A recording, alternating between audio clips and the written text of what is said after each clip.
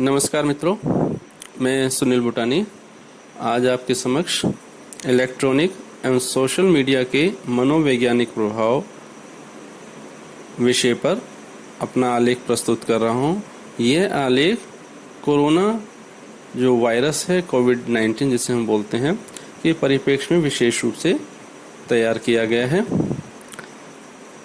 वर्तमान में भारत देश महान इलेक्ट्रॉनिक एवं बेलगाम सोशल मीडिया के दौर से गुजर रहा है।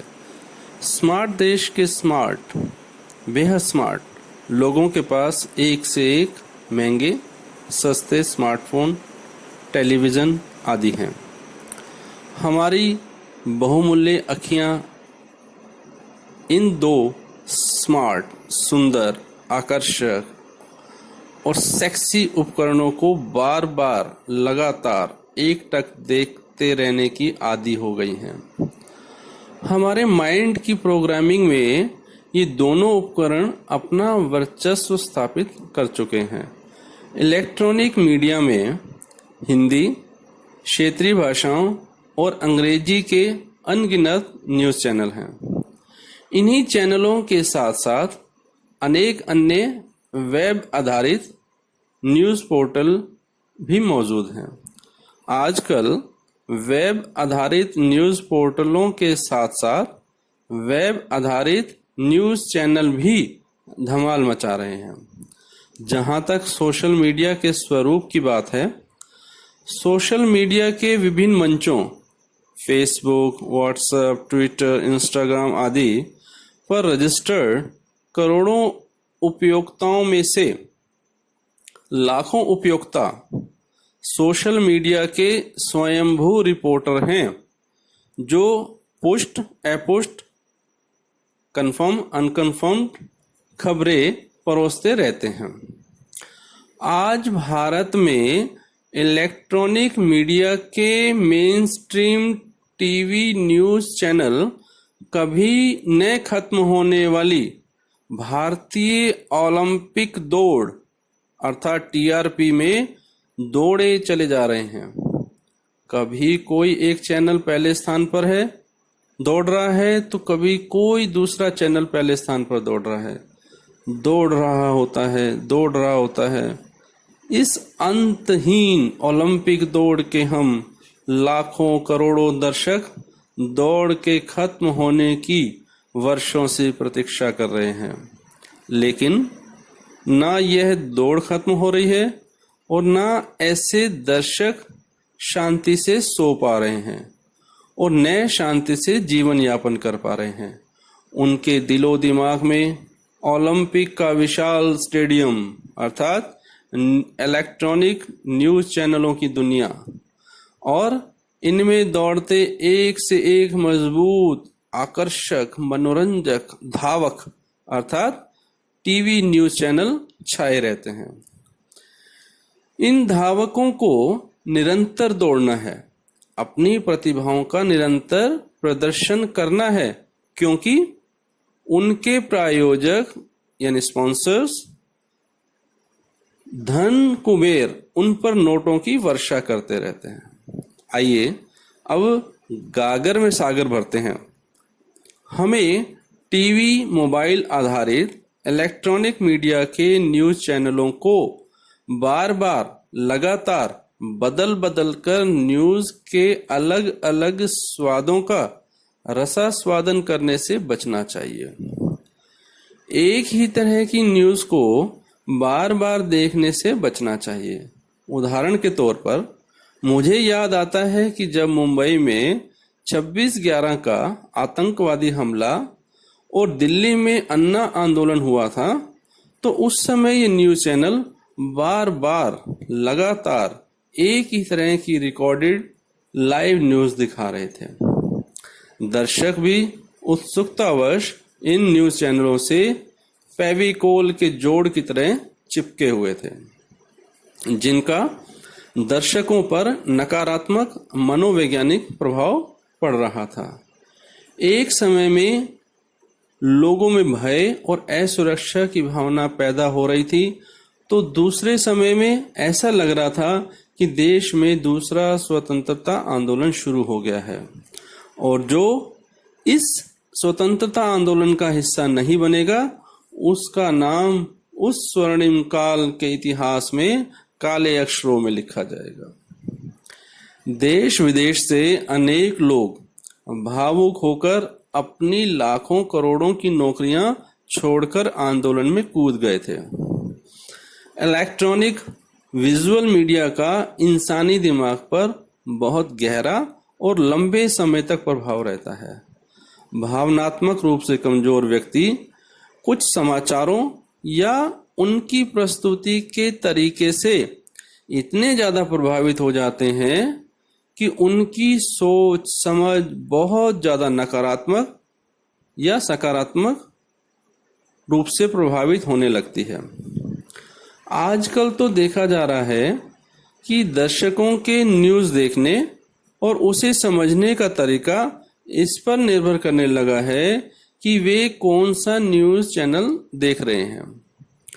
देश में जब तक न्यूज़ दिखाई जाती थी तब तक दर्शक स्वतंत्र रूप से उसका मंथन या विश्लेषण करते थे, लेकिन जब से न्यूज़ के साथ साथ न्यूज़ पेश करने वाले व्यूज भी दिखाए जाने लगे, तब से दर्शक न्यूज़ चैनल की विचारधारा के अनुरूप सोचने और व्यवहार करने लगे हैं। हमें समझना होगा कि निष्पक्ष पत्रकारिता संस्थानों से पत्रकारिता के गुण सीखकर आने वाले प्रशिक्षु पत्रकारों और रिपोर्टरों को अपने एम्प्लॉयर चैनल की नीति के अनुरूप कार्य करना होता है। जब यही प्रशिक्षु अनुभवी और वरिष्ठ पत्रकारों की श्रेणी में आते हैं तो मीडिया जगत के गुणाभाग को समझ चुके होते हैं और उसके अनुरूप पत्रकारिता धर्म निभाते हैं।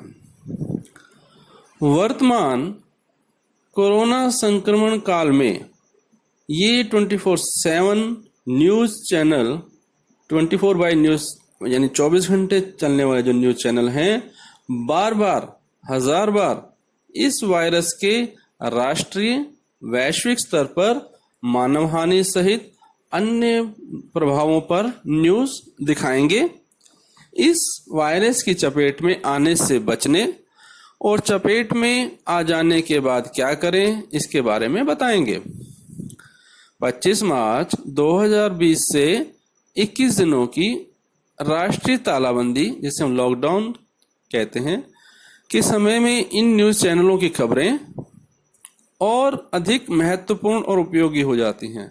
लेकिन जब हम इस वायरस की भयावहता, इसके बचाव के उपायों और इसकी चपेट में आने पर की जाने वाली आगे की कार्रवाई से परिचित हो चुके हैं, सरकारी दिशा निर्देशों के बारे में हम जान चुके हैं, तो इन न्यूज़ चैनलों को लगातार देखते रहने की जरूरत नहीं है। कई लोग बार बार चैनल बदल कर देखते हैं कि हमारे देश में इस वायरस से पीड़ित लोगों की संख्या कितनी हो गई है और इनमें से कितने लोगों की मौत हो गई है। यदि मौत हो गई है तो वो किस शहर या गांव में था।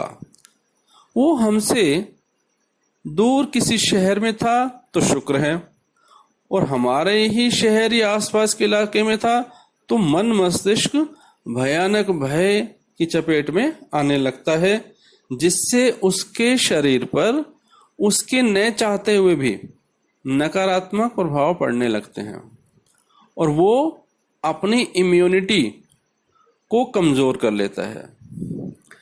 यदि हम सरकारी दिशा निर्देशों का पालन करके घर पर रहने वाले हैं तो फिर घबराने और चिंता करने की आवश्यकता नहीं होनी चाहिए। हम एक दिन में सुबह, दोपहर, शाम, रात के लिए समाचार देखने का समय निर्धारित कर सकते हैं और बाकी समय में अपने अन्य कार्य और मनोरंजन ज्ञानवर्धन करने वाले चैनल देख सकते हैं। स्वयं पुस्तकें पत्रिकाएं पढ़ सकते हैं। अपने बच्चों को उनके कोर्सेज पाठ्यक्रम या सामान्य ज्ञान की पुस्तकें पढ़ा सकते हैं। हम वर्षों से अपने लिए अपने कुछ खास कामों को करने के लिए समय की तलाश कर रहे थे, और आज जब मजबूरी में ही सही वह समय मिल रहा है तो इस बेशकीमती समय का फायदा उठा लीजिए। जहां तक सोशल मीडिया के विभिन्न मंचों अर्थात फेसबुक, व्हाट्सएप, ट्विटर, इंस्टाग्राम आदि पर एक्टिव रहने का संबंध है, हमें हमारे विश्वसनीय प्रोफेशनल सोशल मीडिया मित्रों द्वारा की जाने वाली रिपोर्टिंग पर ही विश्वास करना चाहिए। हम सोशल मीडिया के उपयोक्ताओं को अपने स्मार्ट टीवी और मोबाइल फोन की तरह स्मार्ट बनना होगा और सही गलत एवं झूठ सच में अंतर करके ही कोई पोस्ट डालनी होगी, लाइक करनी होगी या शेयर करनी होगी। यदि हमें किसी सोशल मीडिया न्यूज की तथ्यात्मकता अर्थात फैक्चुअलिटी पर संदेह हो तो उस न्यूज के स्रोत पर तक पहुंचकर सच्चाई का पता लगाना चाहिए और उसके बाद ही उस पर विश्वास करना चाहिए तथा प्रतिक्रिया अर्थात लाइक, कमेंट या शेयर करना चाहिए। आजकल कोरोना वायरस संक्रमण से संबंधित लाखों करोड़ों पोस्ट सोशल मीडिया में वायरस की तरह विचरण कर रही हैं, जिनमें बचाव, इलाज और इसके परिणामों के बारे में अपुष्ट अनकन्फर्म जानकारियां दी गई हैं। यहाँ पर भी हमें अपनी बुद्धि का प्रयोग करना होगा और अपनी बुद्धिमत्ता के अनुसार ही उस पर प्रतिक्रिया देनी होगी।